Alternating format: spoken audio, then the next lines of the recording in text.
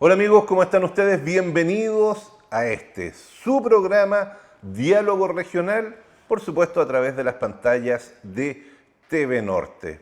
Como cada viernes, como cada jornada que estamos juntos, me acompaña el senador José Durana Semir, esta vez de manera virtual. Han tenido una semana realmente muy extraordinaria, muy agotadora, y de todo eso vamos a estar sabiendo, por supuesto, de las mismas palabras del senador. Senador, ¿cómo está usted? Gusto en saludarlo.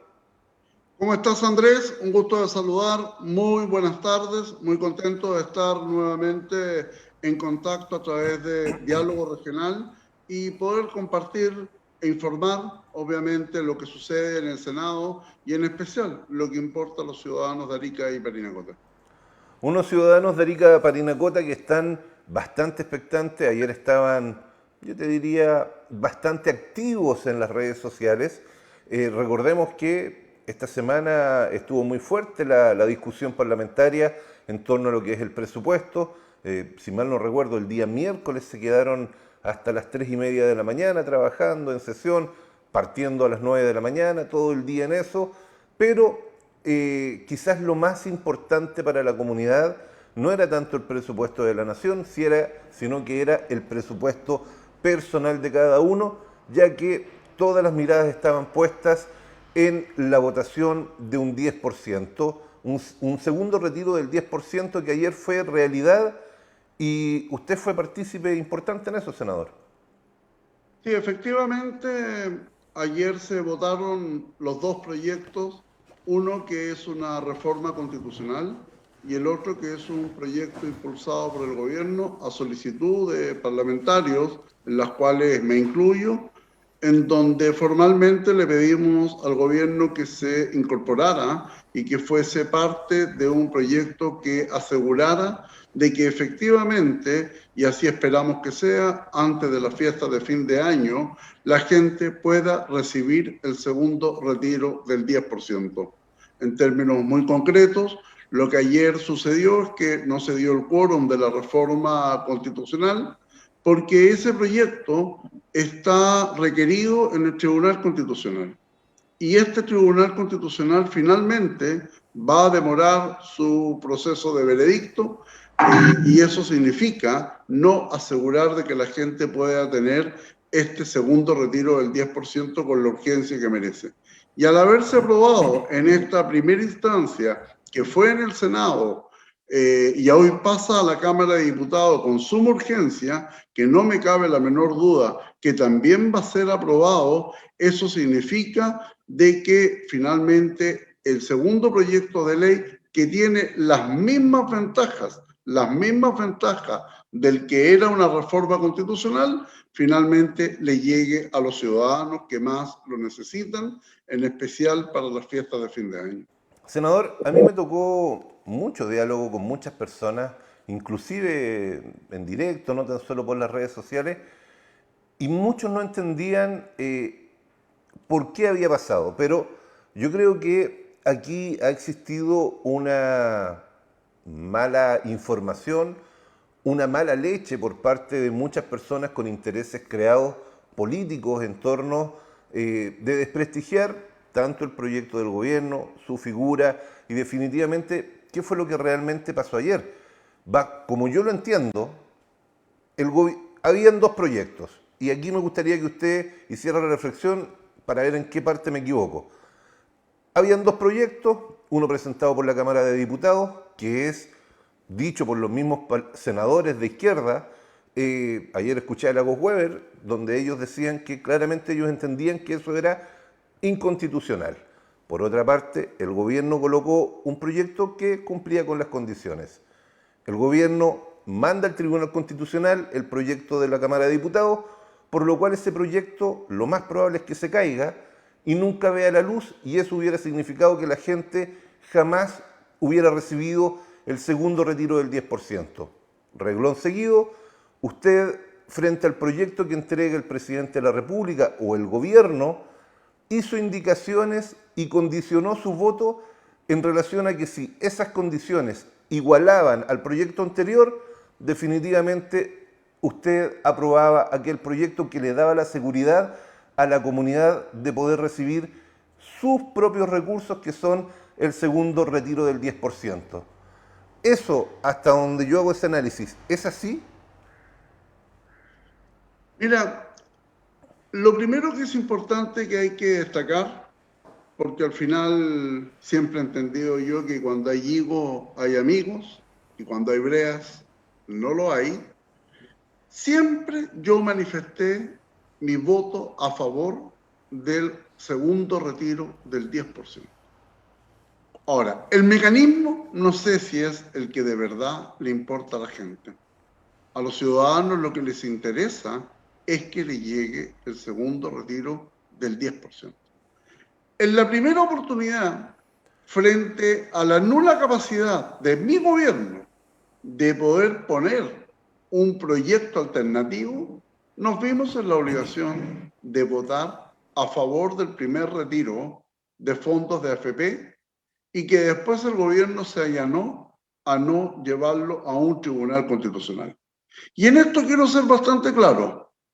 Todos manifestamos públicamente que era por única vez, porque es una mala política retirar la plata que si bien es de todos los chilenos, pero que está destinada para que nosotros trabajemos en mejorar las pensiones y no en empeorarlas, que es lo que la ciudadanía demandó mayoritariamente producto del estallido social.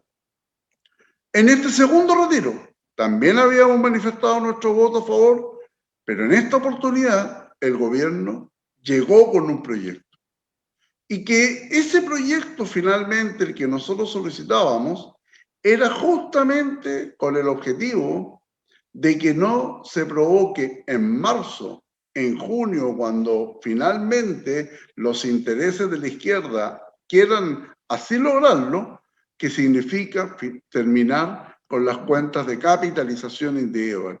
Si lo que la izquierda quiere es que no existan más sistemas de fondos de pensiones que sean individuales, porque ellos quieren un sistema de reparto, un sistema colectivo, que el esfuerzo de un trabajador es de todos los chilenos y no de ese trabajador. Frente a esta instancia que nos ha presentado el gobierno, yo agradezco que de verdad el Senado mayoritariamente haya votado a favor entendiendo que la plata es de todos los chilenos y por lo tanto la necesitan de manera urgente. ¿Qué es lo que se logra con la llegada del proyecto del gobierno? Es que simplemente no existe un tercer retiro o un cuarto retiro, que es lo que algunos sectores de izquierda, con nombre y apellido, quieren para ir provocando la desestabilización no solo del gobierno, sino que obviamente de las pensiones de todos los chilenos. Frente a eso, senador, eh, ¿se justifica el actuar de incluso dirigentes políticos en torno a lo que son las agresiones fuertes que se vivieron a través de las redes sociales, en donde colocaban una caricatura y luego, lógicamente, frente a eso, la gente desinformada o que definitivamente se informan a través de los memes, empieza a hacer una cadena y una ola de situaciones bastante complicadas? Tanto es así que mucha gente hoy día en las mismas redes sociales está diciendo: oiga, senador, disculpe, me habían informado mal, yo entendía otra cosa. Aquí lo importante es que a la gente sí le va a llegar su recurso, pero también otros, como para no perderlas todas, dicen: sí, pero es que ahora vamos a tener que retirar nuestra plata y de eso hay que pagar un impuesto.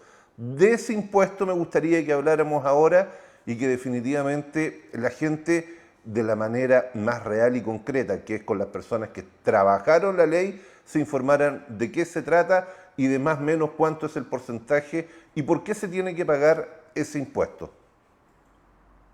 En primer lugar, el proyecto de ley del gobierno no lleva impuestos. Si son los impuestos generales que pagamos todos los chilenos hace muchos años. Y estos impuestos generales están en las rentas que gradualmente cada uno paga a medida que tiene un trabajo. Y todo chileno que gana sobre 700.000 pesos hasta el infinito tiene grabado un impuesto, y eso es parte de los impuestos generales que se calculan en el global complementario cuando se genera el impuesto a la renta una vez al año. Lo importante está en que, como el otro proyecto era inconstitucional, claro, era re fácil decir sin impuestos, pero es inconstitucional y por lo tanto el tribunal lo va a declarar así, y esas platas, si no existía este proyecto, iba a ser peor porque necesariamente no iban a llegar los recursos a la gente.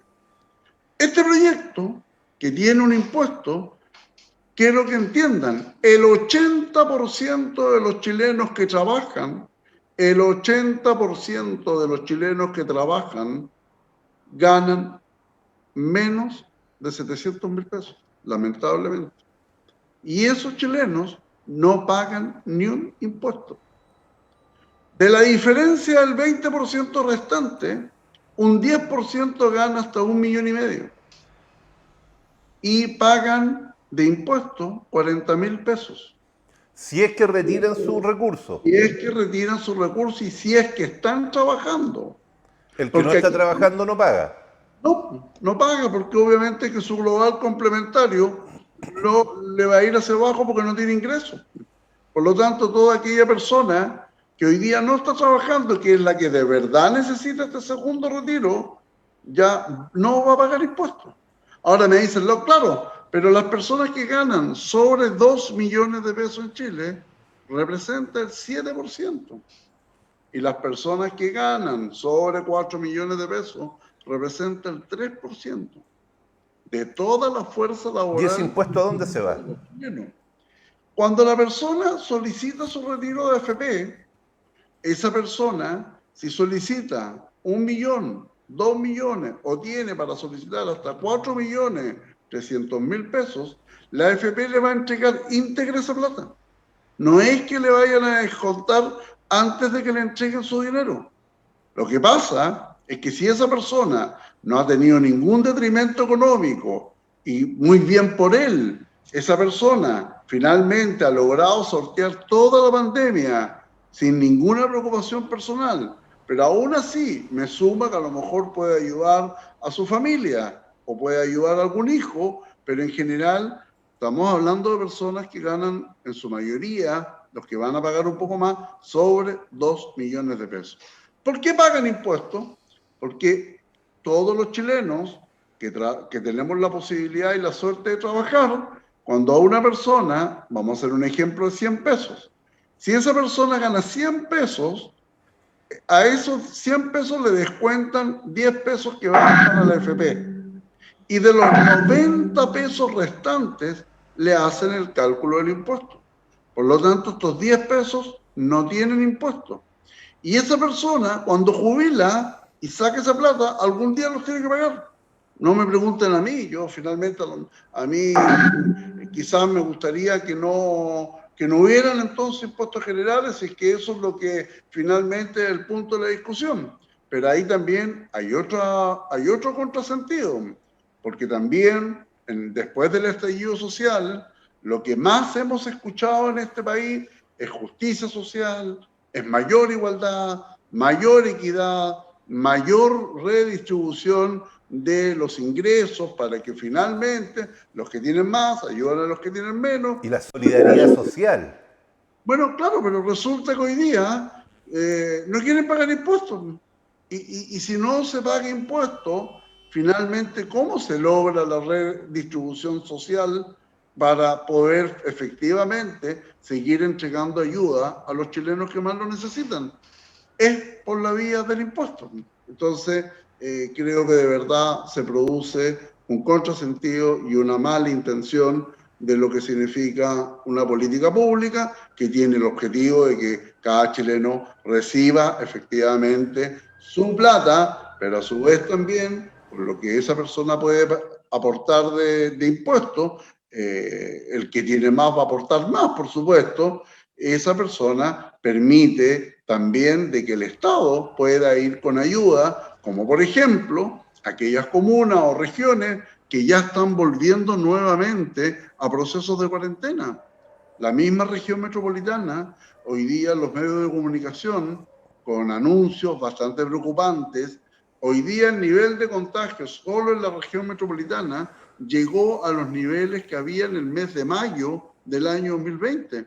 Recordemos que entre mayo y junio se toma la decisión de provocar una cuarentena en la región metropolitana que duró prácticamente 3 meses y medio. Y eso es una situación que le puede pasar al sur de Chile o nos puede pasar a nosotros, que recién llevamos 2 semanas que hemos pasado a esta fase 3 y que lamentablemente, de una u otra forma, existe el riesgo de este virus, de esta pandemia que no nos había tocado vivir. Y finalmente el Estado sigue teniendo la obligación de buscar mecanismos y recursos para apoyar con el ingreso familiar de emergencia, con el bono subsidio del empleo o finalmente con todos los instrumentos que se han puesto a disposición durante todo este año. Si hacemos un resumen, aquí corríjame usted porque va a ir en directa relación a lo que yo entendí frente a lo que usted me menciona, senador. Primero, todas las personas que ganen hasta 700.000 pesos no van a pagar un peso de lo que se llama el denominado impuesto. El recurso, si es que lo piden rápidamente, les debería llegar antes de Navidad, no se tiene que devolver por ningún motivo, a menos que la persona en algún minuto de su vida le vaya bien, quiera, no sé, lo que sea, puede devolver aquel recurso. Y por último, sobre los 700.000 pesos, si la persona retira, la única forma que puede pagar es si es que aún está trabajando. Porque si alguien tiene los recursos para poder retirar su segundo 10%, pero esa persona está cesante, no paga ningún tipo de impuesto. ¿Es así? Y además es universal, lo pueden retirar los 11 millones que están en el sistema de fondos de pensiones, siempre y cuando tengan recursos en sus fondos de AFP, claro, porque debemos recordar que de ese total, cerca de 2 millones de chilenos ya salieron del sistema con el primer retiro y lo más probable es que 2 millones más de chilenos también salgan del sistema con este segundo retiro. Senador, ¿damos por terminado este tema o hay algún tipo de información más que a usted le gustaría entregar? Solo manifestar que mi única intención siempre de votar por el 10% es ayudar a los ariqueños y parinacotenses. Y finalmente tengo la más absoluta tranquilidad de conciencia que siempre he actuado por sobre los intereses políticos en beneficio de mi región y en beneficio, obviamente, de la gente que yo conozco, que me vio nacer. Y por lo tanto, cada una de las votaciones que yo tengo en el Senado tiene una mirada en la región, tiene una mirada en el beneficio de la gente. Y yo me voy a quedar con la más absoluta tranquilidad cuando la próxima semana se vote en la Cámara de Diputados, sea ley de la República, y con mucha tranquilidad cada uno de los ariqueños y parinacotenses va a poder disfrutar su dinero y va a poder mirar con mejor perspectiva el año 2021. Senador, ayer hubo un hito en nuestra ciudad que me gustaría que usted se lo explicara a la comunidad para qué puede ser útil, para qué tipo de funcionamiento dentro de la ciudad puede aportar lo que es denominado el Observatorio Laboral del CENSE. Ayer hubo una actividad virtual donde estuvieron distintos panelistas, usted fue invitado, usted estuvo luchando durante mucho tiempo para que este observatorio laboral fuera una realidad, pero quizás el nombre de observatorio laboral no es conocido por toda la comunidad y nos gustaría que nos explicara de qué se trata. Es una política pública que permite generar una asociatividad pública-privada. Los observatorios laborales son dirigidos por el CENSE, el Servicio Nacional de Capacitación y Empleo, que hoy tiene una mirada absolutamente distinta. Antiguamente era un organismo calificador de capacitaciones.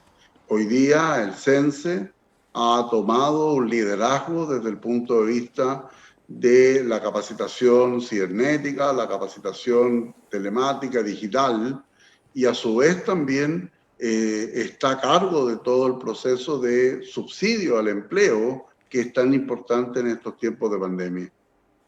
Arica y Parinacota tiene una estrategia de desarrollo regional aprobada hasta el año 2030, donde ha focalizado la importancia de cada uno de los sectores productivos que genera inversión y obviamente que genera empleo, genera trabajo.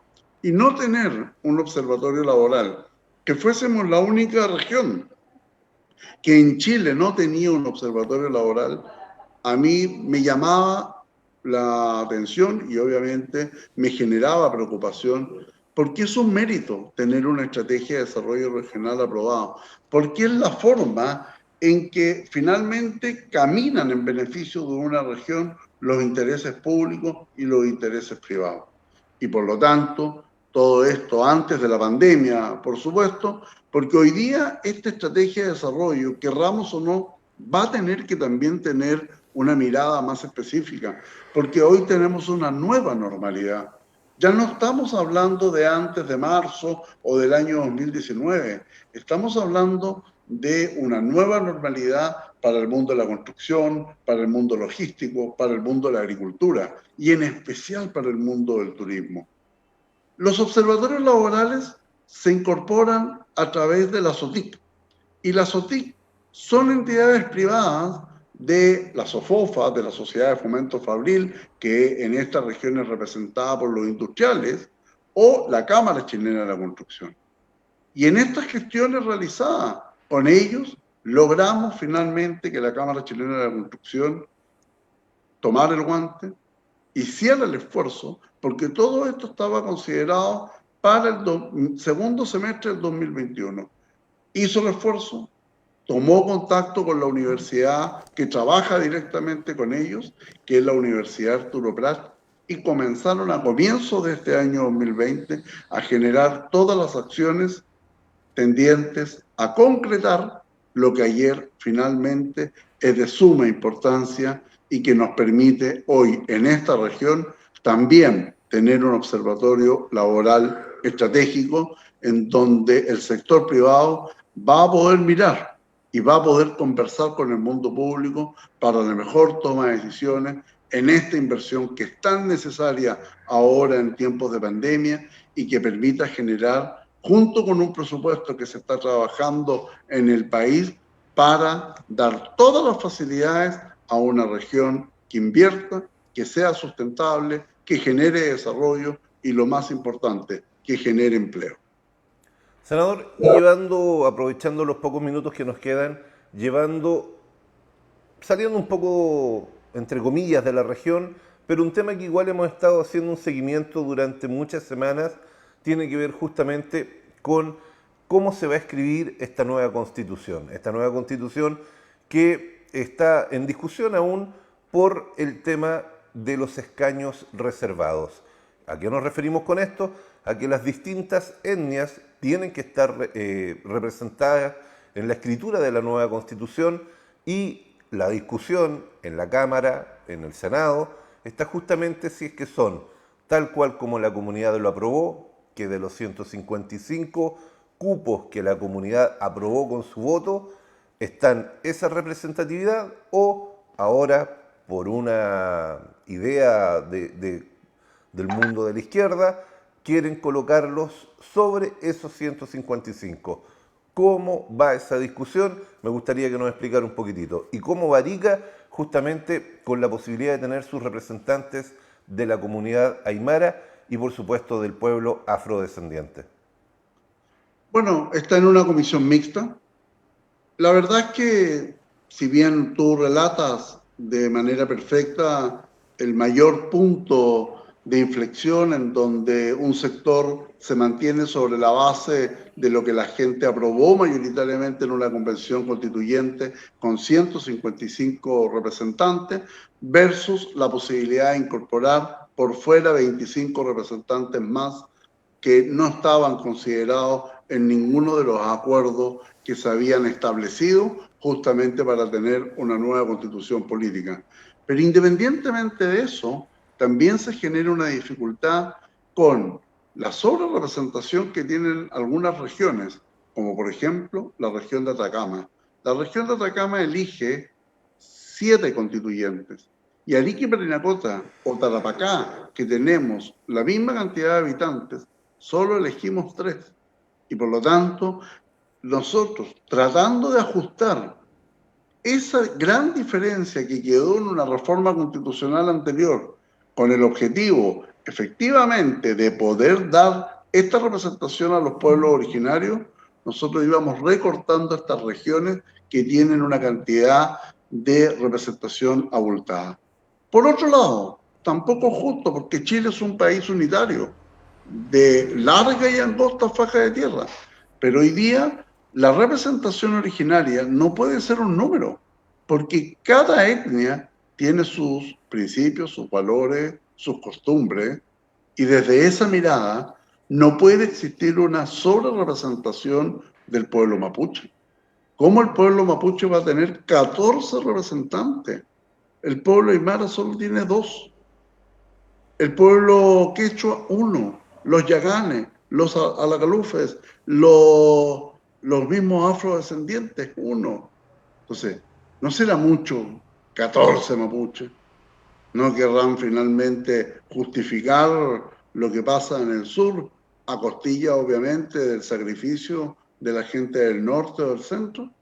Entonces, desde esa mirada, creo y tengo la absoluta convicción que en la comisión mixta vamos a lograr tratar de llegar a un acuerdo que permita que efectivamente los pueblos originarios estén debidamente representados de acuerdo a las cuotas que lógicamente se merecen. Senador, agradezco muchísimo el contacto que hemos tenido en esta jornada. No sé si hay algún otro punto que a usted le gustaría comentarnos, como por ejemplo, ¿qué se nos viene la próxima semana? ¿Ya terminó la discusión del presupuesto? Estamos en la fase final de la discusión del presupuesto, estamos llegando a importantes acuerdos en materia de universidad, en materia de cultura, en materia de lo que son los fondos de desarrollo regional. Y solo desear y agradecer la oportunidad de haber estado conversando en este diálogo regional con el objetivo siempre de poner mi corazón al servicio de la región de Arica y Parinacota. Ok, muchísimas gracias, senador José Durana. Por mi parte, Andrés Peralta, solo me queda despedir este programa en donde usted nos acompañó tan gentilmente. Esto fue Diálogo Regional. Nos reencontramos la próxima semana. Muchas gracias.